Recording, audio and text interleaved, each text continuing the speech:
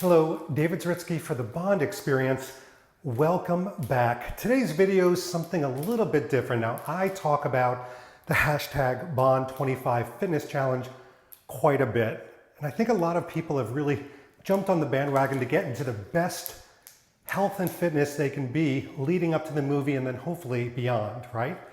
And my daily activity involves a lot of different things. It involves lifting, P90X3, obviously eating right, and movement exercises. But I don't know if you notice from my videos, I get bored easily. So my movement exercises are mostly about martial arts. And what a lot of you don't know is that since I was a teenager, I've been doing Tung Sudo.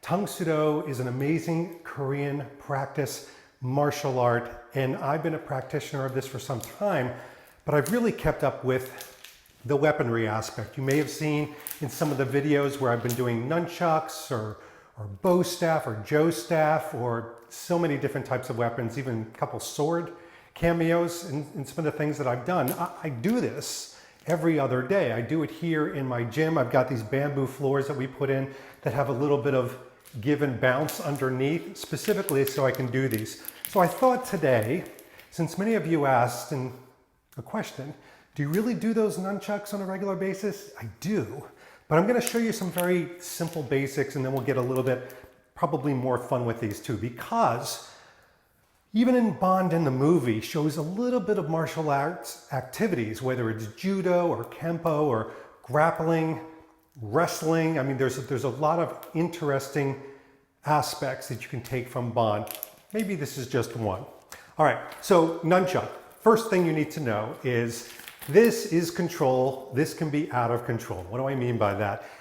This is having two minds when you think about using a nunchuck, because it's not just focusing on how this moves in your hand, but how this is moving kind of on its own. And this chain is very important because it can create up to 1,600 pounds of pressure weight against an object, meaning yourself, if you don't know what you're doing. So I always tell people to start off really nice and slow and just think about this as like a kind of a movement in the air. So just like this, making sure that it doesn't hit your body. If you want to stand to the side, if you want to move a little bit with your hips. Now the nice thing is, a lot of people who do martial arts know this, it's not just the wrist action with nunchucks, it's your body. So if you can move like this, it helps, because ultimately you will eventually want to move with your nunchuck. You're not just going to want to stand static. So once you get that very simple kind of rhythm, some people call it a figure eight, you know, and notice I'm holding the nunchuck kind of high up. You can also hold it a little bit further down. It's really preference. I get a little bit more speed at the end. Then you can start to speed it up. So you start to speed it up. Okay, let me show you what that looks like from the side. Now, you'll notice that what I'm doing is I'm keeping my hand behind my back. I don't have to. I can keep it like this. I can keep it as a guard. As long as you are very conscious of where the nunchuck is. So you can get a good amount of speed. Now, when you stop doing that, where does the nunchuck go? Sometimes you can put it by your side. Sometimes you can catch it, okay? Now, this is a very popular way to catch things, to kind of hold it in your arm. It's kind of that Bruce Lee technique. What's really cool is from here, even though this looks like a resting pose, what you can do is you could do something called a flick. Now, you don't see this in movies because it's not sexy, it's not interesting, but basically from here you can literally just go out. Now let me show you what I did there, okay, from the side.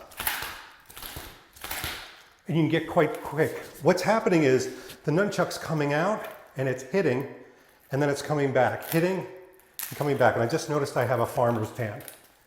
Who doesn't like that? This is what happens. Let's keep it real. All right, so a little bit fancier. So we're doing the figure eight. I showed you the catch. And this, by the way, this takes time. I'm using foam. You use foam. You should use foam.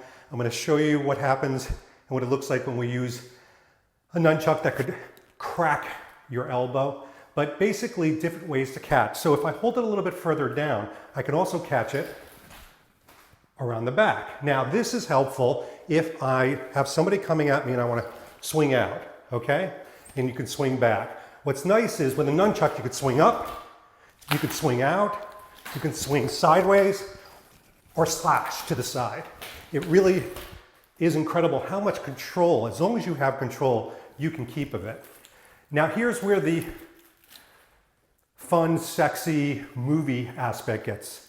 So if you get a lot of control, and remember, this is knowing where this is going, not so much this. This is easy. This is like holding a stick. This is the hard part. You can even do things like this. Ouch! Now, let me show you what I'm doing from the side.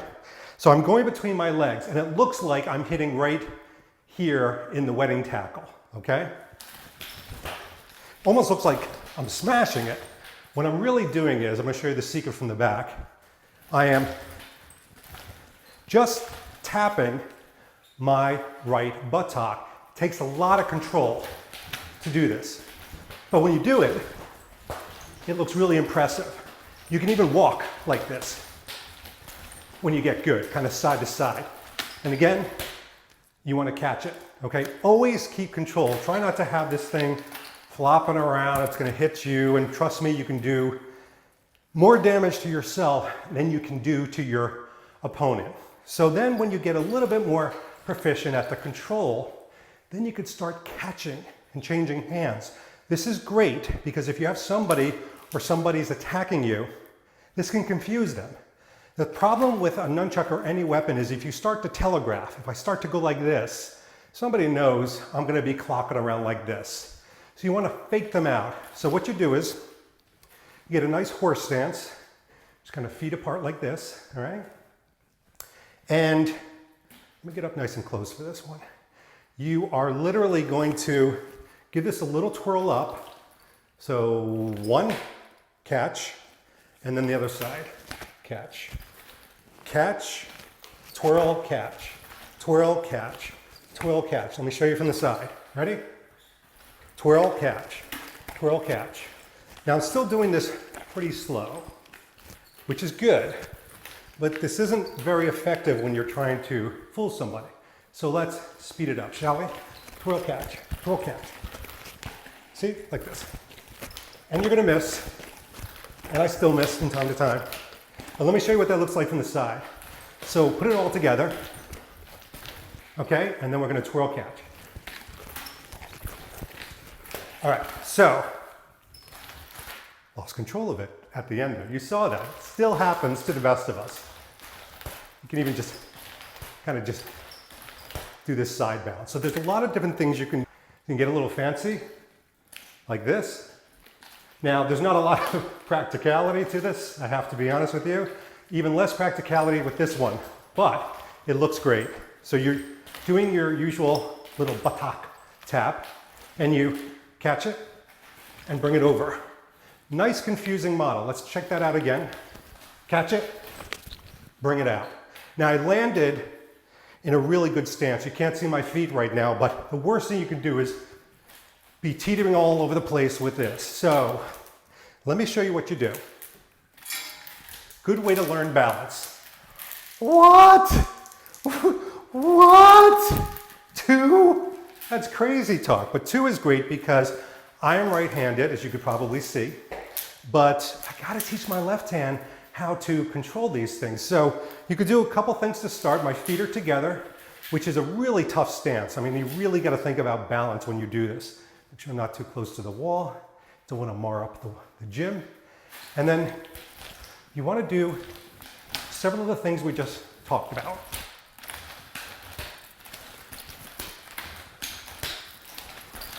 Multiple catches, multiple hits, and this is the fun part. Look, Mom, I'm an airplane. Let's see what that looks like from the side. Okay, multiple catch, multiple hits, and airplane mode. Now here's the fun part too. You could travel like this because let's face it, you've got to move. Right. So doing 2 is a lot of fun, but it really does help with the balance, especially if you start to do movement. And then of course you can start doing little things like catching it around your back, bringing it out, etc. But those moves come later. Not so much important to do it right now.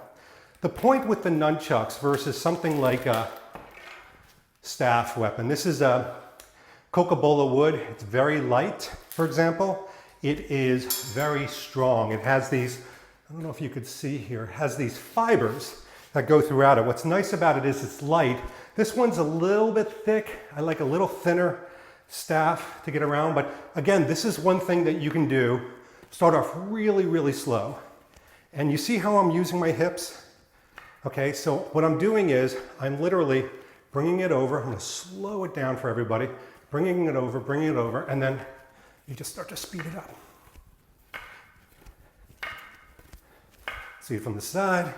Now, if I had my competition bow staff, which is a Silva one, super lightweight, this would be going like lightning speed. But this is about control, right?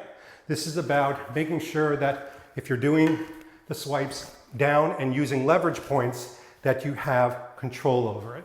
A little bit different, obviously, than our friend, the nunchuck.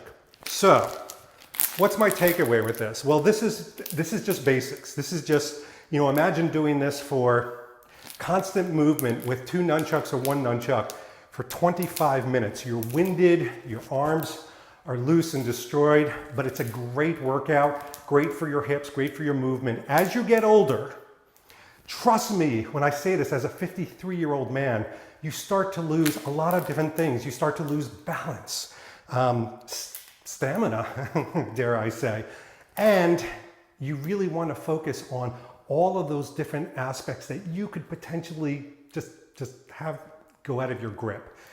Using these nunchucks, starting off really slow, is great. Ooh, I promised to show you a pretty deadly nunchuck. Hold on a second. Okay. All right, here we go. So this one, now you're like, David, isn't that just like a little kind of mini baton or staff? It looks like that. This is metal. And you can hear some lovely Easter egg surprise in there. So let me explain what this is as I crack it, all right? So with a couple twists that's going on right now, this becomes a nunchuck. So it's hidden, and then it becomes a nunchuck. This has a shorter grip on it, slightly longer chain. Why is that important to know? Because you have to really think about all these different mathematical equations that go on. You think it's just training and prowess, and it's not. It's so much more than this. So this wouldn't just crack your elbow. You wouldn't just hit your head and go, ooh, that hurt. Let me try again, like the foam ones. This will shatter. I said shatter. This would shatter an elbow. So when you use these, for example, you absolutely want to make sure you're not doing anything cute. You know, don't be overly sexy. This right here, for example, is literally working out my arm. So I'm bringing my legs in so my knees don't get hit. And this one, if you don't have control of, it will control you. So go low, go slow. If you ever want to take up this or start it as an exercise, I beg of you to use the foam ones. There's great plastic ones that you can bop yourself all over the place. Still have fun and still get great exercise. All right, hope that was helpful. So now you know when you see me in the opening or some of those things, I am doing those nunchucks and I do them every other day. It's part of my exercise regimen. So there you go. Anyway, this has been David Zaritsky for something a little bit different, and we'll talk to you real soon. Take care. Thanks for watching this episode. If you want to be up on the latest from the Bond experience, just click on this subscribe and subscribe to our channel. You're going to get all the latest and greatest information, plus some exclusive content. And by the way, speaking of content, here's something especially for you, just because we know you. Talk to you soon.